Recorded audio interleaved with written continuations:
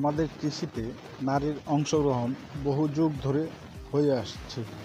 খাদ্য নিরাপত্তা ও পারিবারিক পুষ্টি নিরাপদে নারীর অংশগ্রহণ এক সফল অধ্যায়। হিসেব করে দেখা গেছে, জমি তৈরি থেকে শুরু করে চারা রোপণ, ফসল পরিচর্যা, ফসল উত্তোলন ও সবশেষে বাজারজাতকরণ পর্যন্ত কৃষিকাজের ২১টি ধাপের প্রায় ১৭টিতেই নারীরা অংশগ্রহণ করে থাকেন।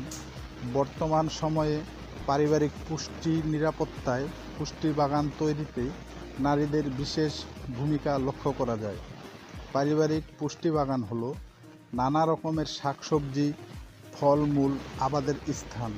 এটি প্রধানত বাড়ির আশেপাশে পতিত জায়গায় হতে পারে, যেখানে সারা বছর শাকসবজি ও ফলমূল চাষ করা যেতে পারে। এই শাকসবজি চাষ করে পরিবারের পুষ্টির যোগান দেয়া যায়। পাশাপাশি সবজি বিক্রি করে বাড়তি আয় করা সম্ভব।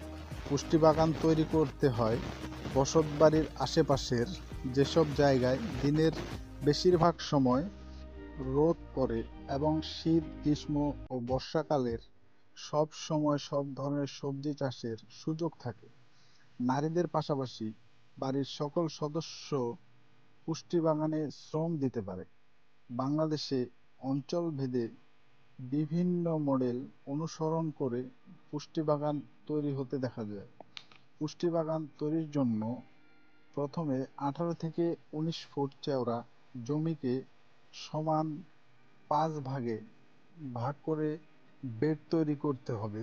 প্রতি বেডের দৈর্ঘ্য ২.৫ ফুট ও প্রতি ২ বেডের মাঝখানে ২৫ সেন্টিমিটার নালা করতে হবে।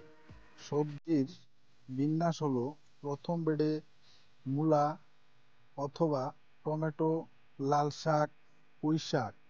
দ্বিতীয় বেডে লাল শাক, বেগুন, লাল শাক, ঢেঁড়স।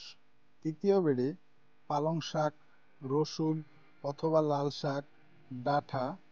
চতুর্থ বেডে পেঁয়াজ অথবা গাজর, কলমি শাক, লাল শাক। পঞ্চম বেডে বাঁধাকপি।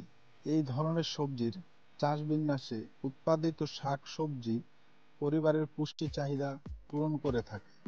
পুষ্টি বাগানের অবস্থান বাড়ির আশেপাশে হওয়ার কারণে বীজ বপন থেকে শুরু করে সার প্রয়োগ, সেচ দেয়া এবং পরিচর্যার কাজটি নারীরা সংসারের কাজের ফাঁকে করতে পারেন।